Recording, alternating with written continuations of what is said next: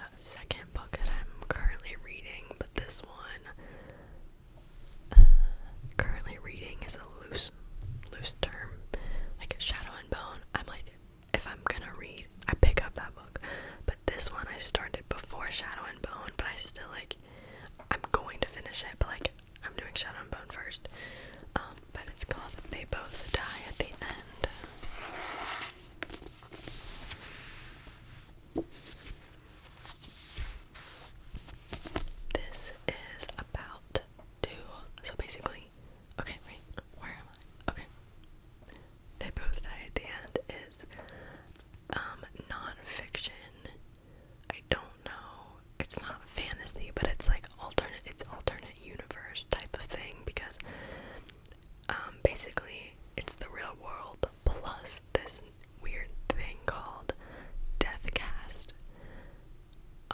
which is like basically they tell you when you're gonna die. They call you up at like midnight or so on the day that you're gonna die, and they're like, yo, sorry, not sorry, but sorry, you have 24 hours or less to live, make the most of it.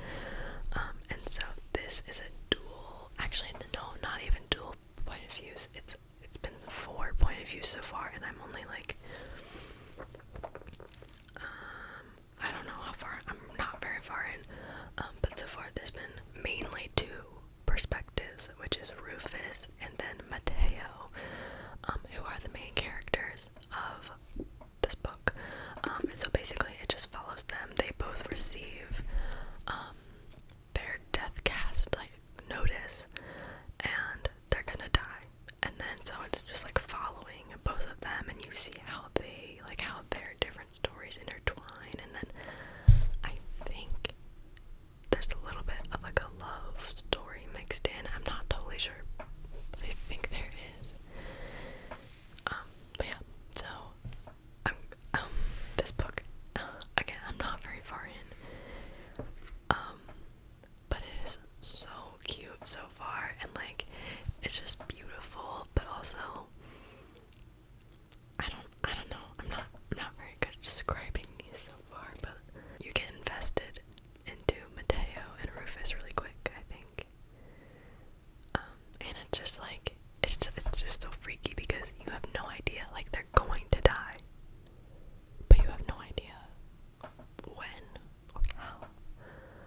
So yeah, and the other thing about this is that it's like they kind of compare. They're like, what's that word? I forget what they're called, but like Mateo and Rufus kind of contrast each other because Rufus is more, I think, I forget what. Oh, I'm so bad. I forget who is who, but basically one of them is much more like, I'm gonna die. That's how it is. Whatever. Let's have a good last day. And then the other one is like very timid, very anxious and shy, and he's like, I want to be like that, and I know I should be, but at the same time, like, I can't, like, I'm gonna die today. I need to like huddle up and stay in my room. And so it's kind of like you get the draw from both of them and seeing how they mix and mesh and match and whatever. So anyway, those are the 2 books that I am currently reading. And then, okay, I actually don't know if I'm gonna get through this whole stack. I'm definitely not going to. But what are we at though? Okay, sorry, I have to keep checking my battery to make sure we're not dead. But okay, so let's get started with the list of books that I've purchased recently. This is, I mean, not super recently, this little collection has been growing. But the first one is The Book Thief.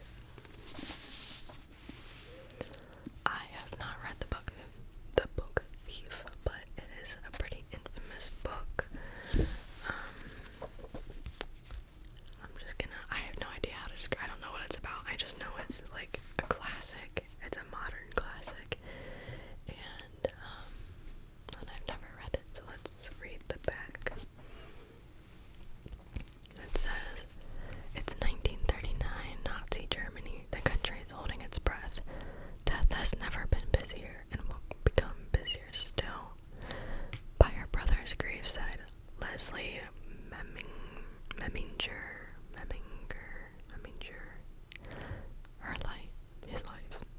Her life is changed when she picks up a single object, partially hidden in the snow. It is the grave digger's handbook, left there by accident, and it is her first act of book thievery. Ooh, interesting. So begins a love affair with books and words as oh wait, I said Leslie, that is not her name. Liesel.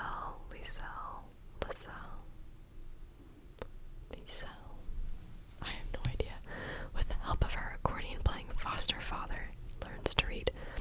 Soon she is stealing books from Nazi book burnings, the mayor's wife's library, wherever there are books to be found. But these are dangerous times when Leslie's foster family hides a Jew in their basement.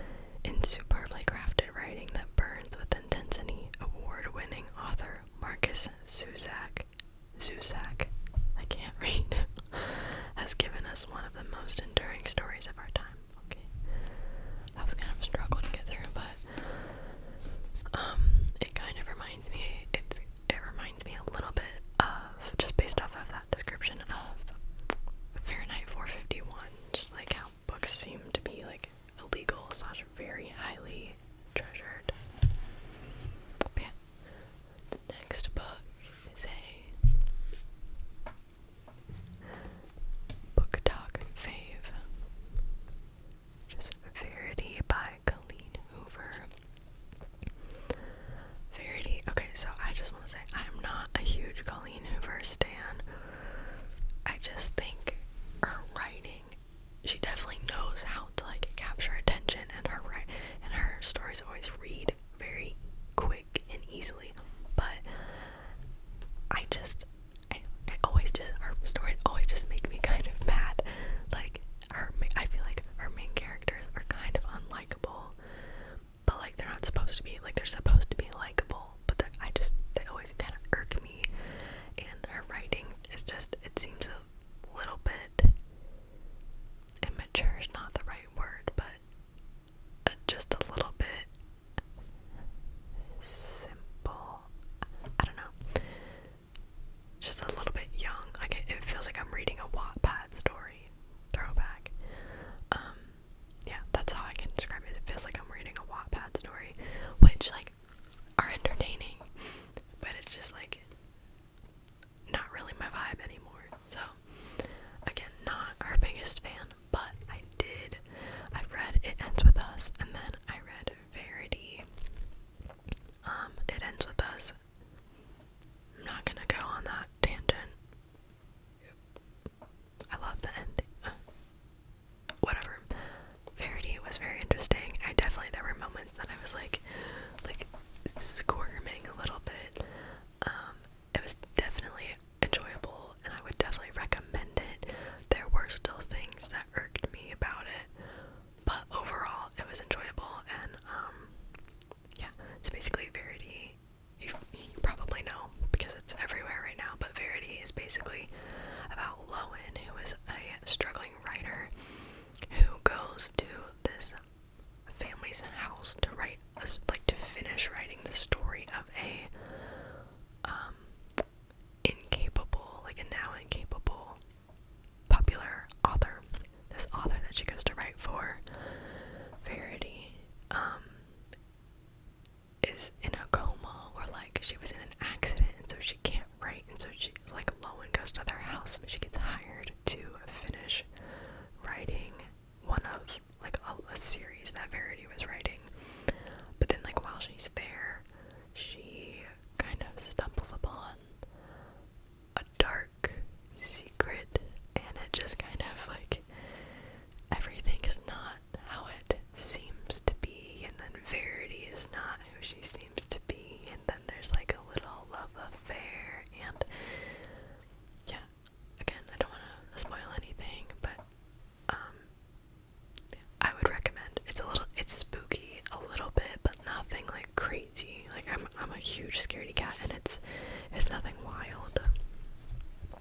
But it is good. And the ending, I feel like the ending is kind of controversial. So if you've read it, I'd be curious to hear if you are team manuscript or team letter. If you know, you know. Okay, and I'm gonna take a quick break here to switch out my camera battery. I will be right back.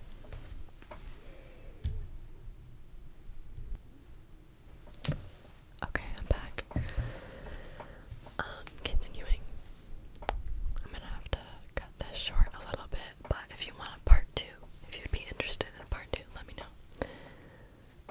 Okay, so the next book that this is the one that I was saying that I can't say that I'm currently reading, but I have started it, and it is Sally Rooney's Beautiful World, Where Are You? I've never read. This is my first Sally Rooney novel. Novel is the right word. This is my first Sally Rooney book that I have read, or at least started reading. And I'm just gonna read the inside. Alice, a novelist, meets Felix, who works in a warehouse, and asks him if he'd like to travel to Rome with her. I've gotten to the part where Alice meets Felix, and that's it. In Dublin, her best friend Eileen is getting over a breakup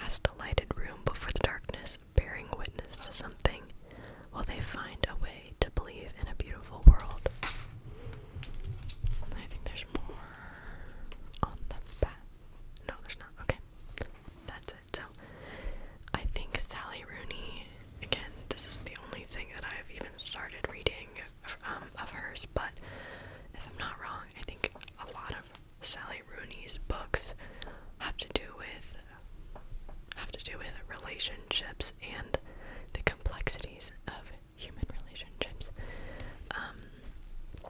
which I love stuff like that because it is so confusing and complex, and I don't know, it's nice to read books that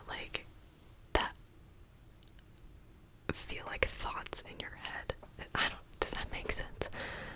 Like, when I started reading this, there were things that she wrote that I have thought in my head before, but I'd never been able to put words to, or I'd never heard anyone else say or write before. And so it's very validating to read things that like coincide with the craziness inside your head. And so that's just my little tiny takeaway from reading this so far. The only thing, which is like what I like about it, and I think her writing is really, it's easy, but it's still, it's beautiful, but it's not super hard to understand. The only thing I will say with that is that, and not just this book, again, I have not read enough of it to really be able to judge it, but the only thing with those types of stories is that I feel like sometimes they can be harder to keep up with. Like, it's just, like, they're usually slower paced because there's a lot of character building and there's a lot of inner dialogue and scene setting, which if you're not in, like, the right mood or, like, the right headspace, can sometimes be hard to get through. And I think that's probably where, like you have to commit yourself, at least my personal experience, like, I have to commit myself to reading that book and, like, getting into it, because, I don't know, it's just very easy to, like, slip out and, like, yeah. Anyway, so that is Normal, or no, not Normal People. She is also the author of Normal People, but that is Beautiful World, Where Are You by Sally Rooney. I think we have time for 2 more books, so we're gonna do these 2. I have a bunch here that I have never read before, that I want to read, and that are a little bit less known, but I'll have to read the backs to you for those, and I don't have enough time right now. So we're gonna do 2 more. So this one is a spooky book. It is called, what's the actual name of it? True Crime. It's True Crime Story, What Happens to All the Girls Who Go Missing. But the actual title, I guess, is just True Crime Story. My cousin lent this to me because she read it, and she really liked it. She said it was really good. I love true crime. I listen to true crime like all day at work, but I am such a freaking like paranoid. I don't know, I'm constantly paranoid, and I don't know, I'm a very scared person, I think. But I was gonna give this a shot because my cousin said it was really good, and it sounds interesting. But then, and she wasn't even gonna tell me this, but have you ever seen the movie? I always get the name of it wrong, but there's a movie on Amazon Prime called, is it called Within? I don't know what it's called, but basically there's an Amazon Prime movie about a squatter. Like, this family moves into a house, and there winds up being a squatter in the walls who murders all of them, and it is the scariest thing. Like, I watched that movie, and the first, like, 90% of it, it's like, the dude, like, has really bad, like, effect makeup, and it's funny, like, it's not scary because, like, you laugh at it just because it's, like, dumb, and then the last, 10 minutes of the movie are so terrifying.